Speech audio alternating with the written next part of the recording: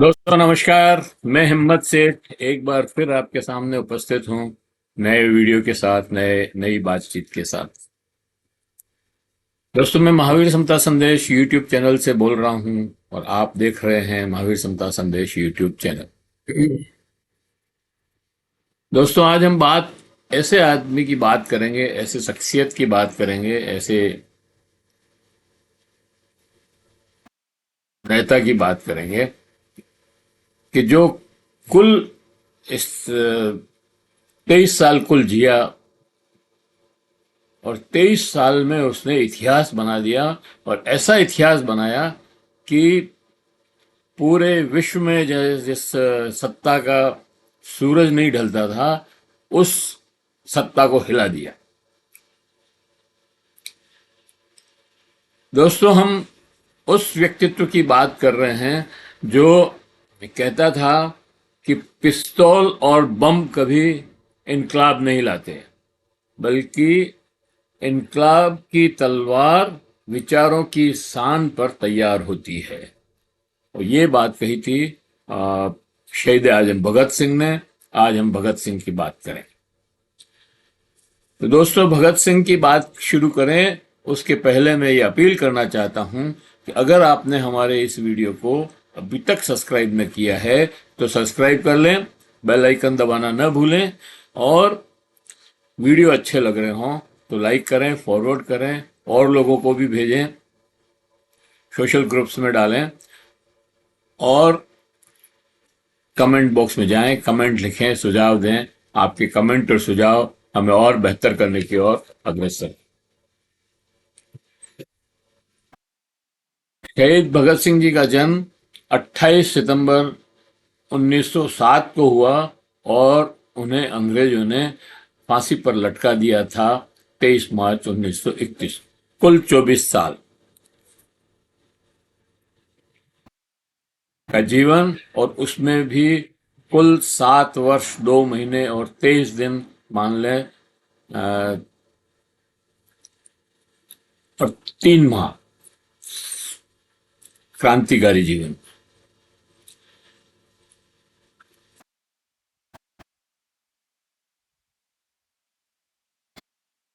उस इतने से समय में सबसे बड़ी शक्ति की नींवें हिला दी और राष्ट्र समाज को एक नई समाज व्यवस्था का सूत्र भी दे गए। भगत सिंह का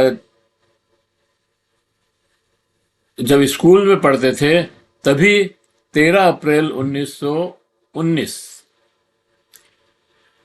13 में तो उनका 7 में उनका जन्म हुआ, 19 में मतलब जलियांवाला बाग जो है की घटना हुई थी। भगत सिंह उस घटना से बहुत विचलित हुए और उन्होंने दूसरे रोज जो है वो स्कूल नहीं गए, और स्कूल जाने के बजाय वो अमृतसर चले गए। अमृतसर में जलियांवाला बाग जहाँ पर ये गोलीकांड हुआ था, ये जहाँ ये जन जन जोनासाइड हुआ था, वहां पर जाकर के उस मिट्टी को प्रणाम किया, उस मिट्टी को माथे से लगाया और एक बोतल में वो मिट्टी भर के ले आए। मिट्टी ला करके घर ले आए और घर पे फिर वो फूल लेकर के आए और उस मिट्टी की घर पे ला करके उसकी फूल से पूजा की, और लगातार काफी दिनों तक ये काम वो करते रहे। मतलब एक इतने कोमल मन में बचपन के 12-13 साल के बच्चे के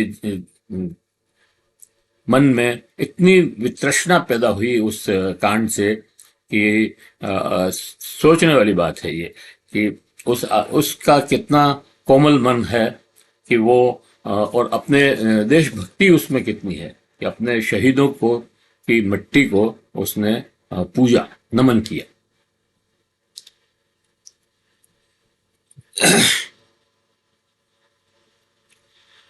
बचपन की ये घटना ही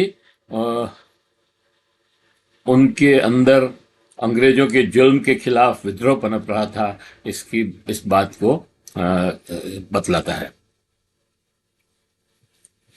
इसी तरह उनका एक 19 साल की उम्र में अंग्रेजों के जुल्म के खिलाफ विद्रोह करने वाले सशस्त्र गदर करने वाले करतार सिंह जी को जो वो गदर की तैयारी कर रहे थे सशस्त्र, और उनको गिरफ्तार कर लिया गया। गिरफ्तार करने के बाद जब उनके केस चला और कोर्ट ने उनको जो है आजीवन कारावास दिया, तो उन्होंने कहा नहीं, मुझे तो आप फांसी दो, मतलब मृत्युदंड दो। और उससे उसको जब भगत सिंह जी ने उसको पढ़ा या उनको देखा और ये सुना उन्होंने, तो उनके मन में और आंदोलन के प्रति देशभक्ति और ज्यादा पनपी। वो चौराचौरी कांड में पहले वो ले चुके थे, भाग ले चुके थे, और जब गांधी जी ने चौराचौरी कांड को वापस ले लिया, तब वो बहुत निराश हुए और उनको लगा कि ये क्या हो गया, मतलब असहयोग आंदोलन में। तो उसके बाद उन्होंने उस निराशा के समय ही उन्होंने एक पुस्तक पढ़ी, और पुस्तक में वो पुस्तक जो है थी अराजकतावाद का अराजकतावाद। उस पुस्तक में फ्रांस के एक नवयुवक विला का बयान था जो उसने कोर्ट के सामने दिया, और उसने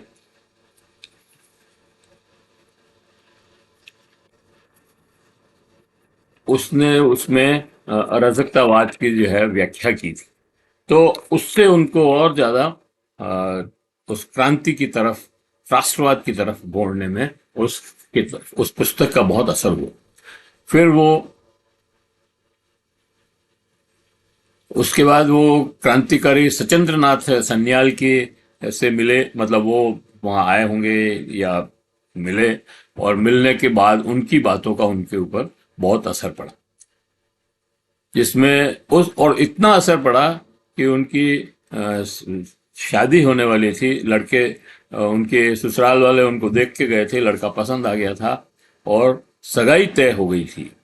और सगाई के 2-3 दिन पहले ही वो वहां से फरार हो गए घर से, और एक पत्र लिख करके ये मैसेज दिया कि मैंने अपने आप को राष्ट्र को, देश को समर्पित कर दिया है, इसलिए अब मेरी शादी वादी और सगाई वगाई की कोई इच्छा नहीं है, और मेरा जो है इसमें कोई दखल न दे। अब इस तरह से उन्होंने अपने आप को राष्ट्र के समर्पित कर दिया, और फिर वो वहां से कानपुर चले आए। कानपुर में उनको जो है गणेश शंकर विद्यार्थी जो प्रताप अखबार निकालते थे, वो उससे मिले, और उन्होंने उनको प्रताप के संपादकीय सेक्शन में नौकरी मिल गई उनको, वो नौकरी करने लगे वहां पर। और फिर प्रताप ने, मतलब वहां पर नौकरी करते करते ही और कई क्रांतिकारियों से उनकी भेंट हुई, और क्रांतिकारियों में से जब उनका परिचय करवाया तो बलवंत सिंह के रूप में उनका परिचय करवाया, नाम उनका भगत सिंह से बदल कर बलवंत सिंह कर दिया। वहीं पर उन्होंने नौजवान सभा का गठन किया। उसका उद्देश्य समस्त भारत के मजदूरों और किसानों का, जो नौजवान सभा का गठन किया उसके 4 मुख्य उद्देश्य थे। पहला उद्देश्य था किसानों और मजदूरों का एक पूर्ण स्वतंत्र गणराज्य की स्थापना करना, पूर्ण स्वतंत्र गणराज्य की स्थापना करना। और दूसरा था अखंड भारत राष्ट्र के निर्माण के लिए देश के नौजवानों में देशभक्ति की भावना जगाना, उत्पन्न करना। और तीसरा था उन आर्थिक, सामाजिक और औद्योगिक आंदोलनों के साथ हमदर्दी रखना, सहायता करना जो सांप्रदायिकता विरोधी हों और किसान मजदूरों के आदर्श गणतांत्रिक राज्य की प्राप्ति में सहायक हो। और चौथा था उनका किसान मजदूरों और मेहनत कशों को संगठित करना। तो ये 4 उद्देश्य लेकर के उन्होंने ये जो नौजवान सभा बनाई उसको उसका काम उन्होंने शुरू किया। वो घूमते रहे इधर उधर। फिर वो वहां से अमृतसर गए। अमृतसर में 29 जुलाई 2027 को वो अमृतसर अमृतसर में उनके पीछे पुलिस पड़ गई थी। तो उस पुलिस को चकमा देकर के वो एक वकील के घर में घुस गए। वकील के वहां उन्होंने अपनी पिस्तौल सरेंडर कर दी।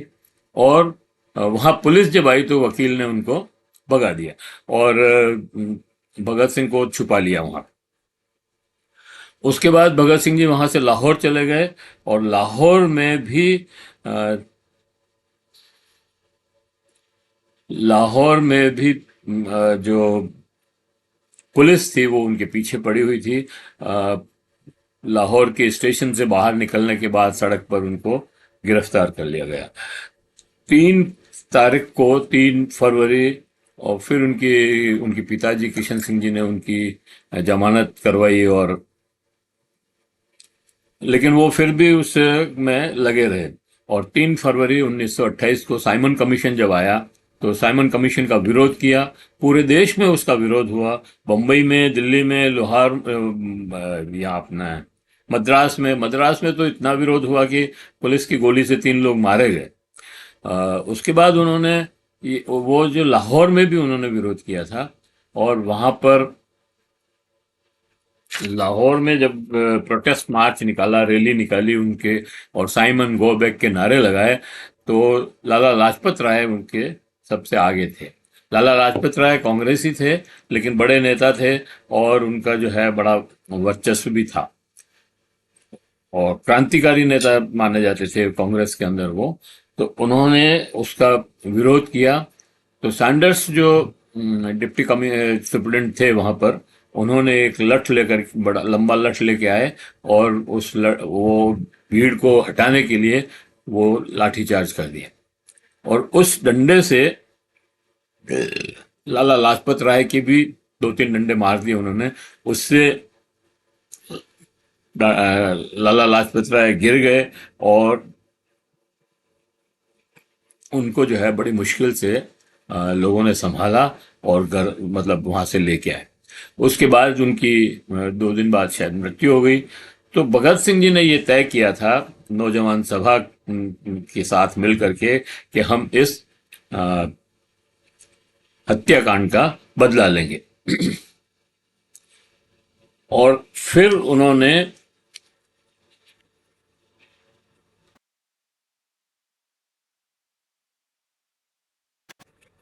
जब उन्होंने ये तय किया कि हम इसका बदला लेंगे, तब उन्होंने वो चंद्रशेखर आजाद और राजगुरु, ये लोग जो है भगत सिंह और ये लोग भगत सिंह और राजगुरु तो जंगल में चले गए थे, छिप गए। और चंद्रशेखर आजाद वहां पर उनके साथ थे। लेकिन उनको लगा कि पीछे से कोई पुलिस वाला पीछा कर रहा है। और उसको चंद्रशेखर जी ने कहा कि तुम भाग जाओ यहाँ से और पीछे मत आओ। लेकिन वो नहीं माना। वो चंदन सिंह था। उस चंदन सिंह को फिर उन्होंने चंद्रशेखर आजाद ने गोली मार दी।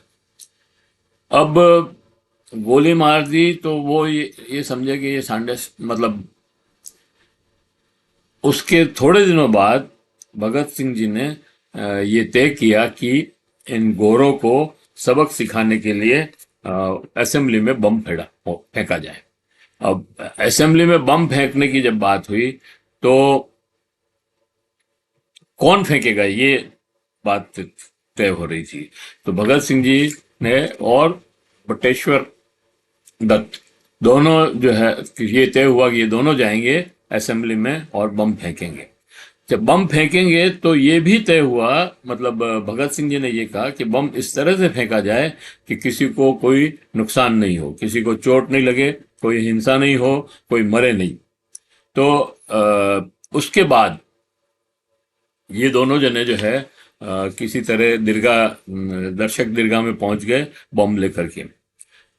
उसके बाद जो है वहां पर वाइसराय और सारे लोग आए।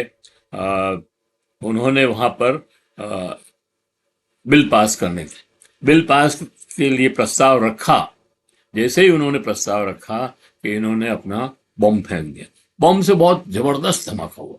जबरदस्त धमाके से जो है वहां के सब लोग चौंक गए और सब भागे, बाहर भागे। सब लोग बाहर चले गए, पूरा हॉल खाली हो गया। केवल ये दो जने अपनी जगह से हिले नहीं, वहीं पर खड़े रहे। बाद में इन्होंने पुलिस जब अंदर आकर के उनको अरेस्ट किया तो इन्होंने अपने पास जो रिवॉल्वर थी वो सरेंडर कर दी और इन्होंने गिरफ्तारी दे दी। मतलब इन्होंने कोई विरोध नहीं किया, भागने की कोशिश नहीं की और न कोई इन्होंने किसी से लड़ने की या पुलिस से हाथापाई करने की या मारने की कोई कोशिश नहीं की। इसका मतलब ये था कि ये सिर्फ वहां पर अपना विरोध प्रकट करना चाहते थे। उन्होंने वहां वो पर्चे भी फेंके,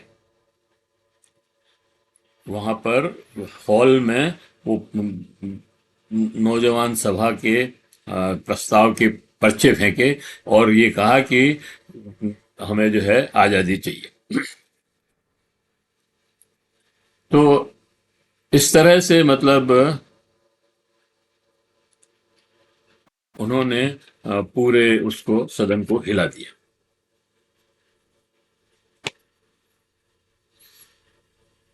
अदालती सारी कार्रवाई हुई, जेल में रहे, जेल में उन्होंने और फिर अदालती कार्रवाई हुई। अदालत ने इनको जो है फांसी की सजा दी। राजगुरु और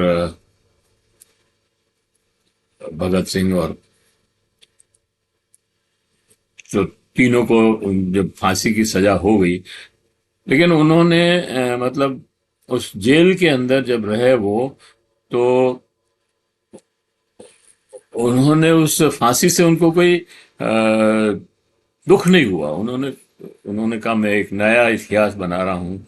उनके पिताजी और माताजी उनसे मिलने आए, तब भी उन्होंने उनको कहा कि आप रहोगे नहीं और ये जो है देश के लिए हो रहा है, मैं देश को समर्पित हूँ, देश के लिए जो है मैं अपनी कुर्बानी दे रहा हूँ, देश में एक नया जलजला आएगा। तो इस तरह से उन्होंने अपनी बात को कही। अदालती हम डॉक्टर भगत सिंह को 23 मार्च को फांसी दे दी गई। भगत सिंह जन्मजात क्रांतिकारी थे। हम उन्हें उनके 12 साल की उम्र से ही पता चल गया था, जब वो अमृतसर में जलियांवाला बाग से वो मट्टी उठा कर लाए और उसकी पूजा की।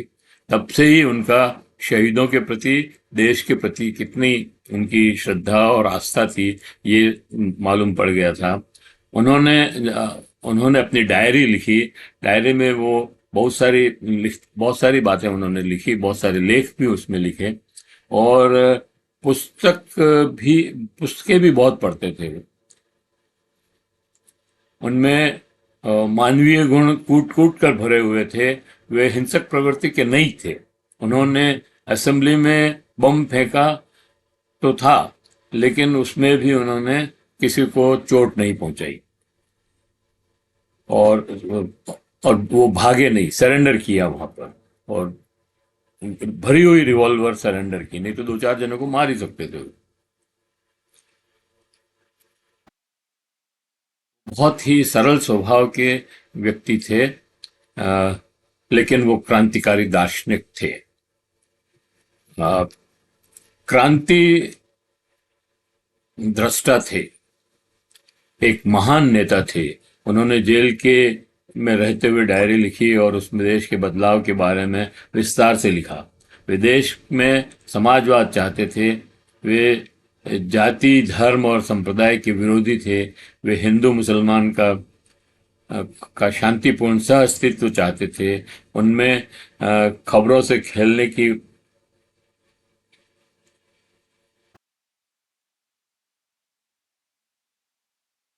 वृत्ति थी। वे नास्तिक थे और उन्होंने एक लेख लिखा, मैं नास्तिक क्यों हूँ। और महात्मा गांधी के वे बहुत बड़े प्रशंसक थे और वो इस बात की तारीफ करते थे महात्मा गांधी की कि उन्होंने वो बहुत मतलब महात्मा गांधी को वो बहुत अच्छा संगठनकर्ता मानते थे। और उन्होंने इस बात की तारीफ की कि महात्मा गांधी ने उन्हें इतने लोगों को एक साथ, इतने लोगों को विरोध के लिए रास्ते पर उतारा, ये बहुत बड़ी बात है। और महिलाओं को जो एक एक बिलात का जो घूंघट रखती थी, उन महिलाओं को सड़क पर उतार दिया। ये ये बहुत बड़ी बात वो मानते थे। और स्वतंत्रता आंदोलन में महिलाओं की जो भूमिका थी, नौजवानों की जो भूमिका थी, उसके लिए वो गांधी जी को गांधी जी की प्रशंसा करते थे। अंत में इतना ही कह सकते हैं कि फरिश्ते भी फिदा जिन पर, वो इंसान थे वो। तो ये एक छोटा सा संक्षिप्त सा परिचय है उनका, भगत सिंह जी का। आज हम उनको, उनके निधन पर श्रद्धांजलि अर्पित करते हैं और आशा करते हैं कि आपको ये वीडियो पसंद आएगा। और अगर पसंद आए तो आप लाइक करिए, फॉरवर्ड करिए, और लोगों को भेजिए। और अगर आपने अभी तक हमारे YouTube चैनल को सब्सक्राइब न किया है तो सब्सक्राइब कर लें, बेल आइकन दबाना न भूलें। अगर आपने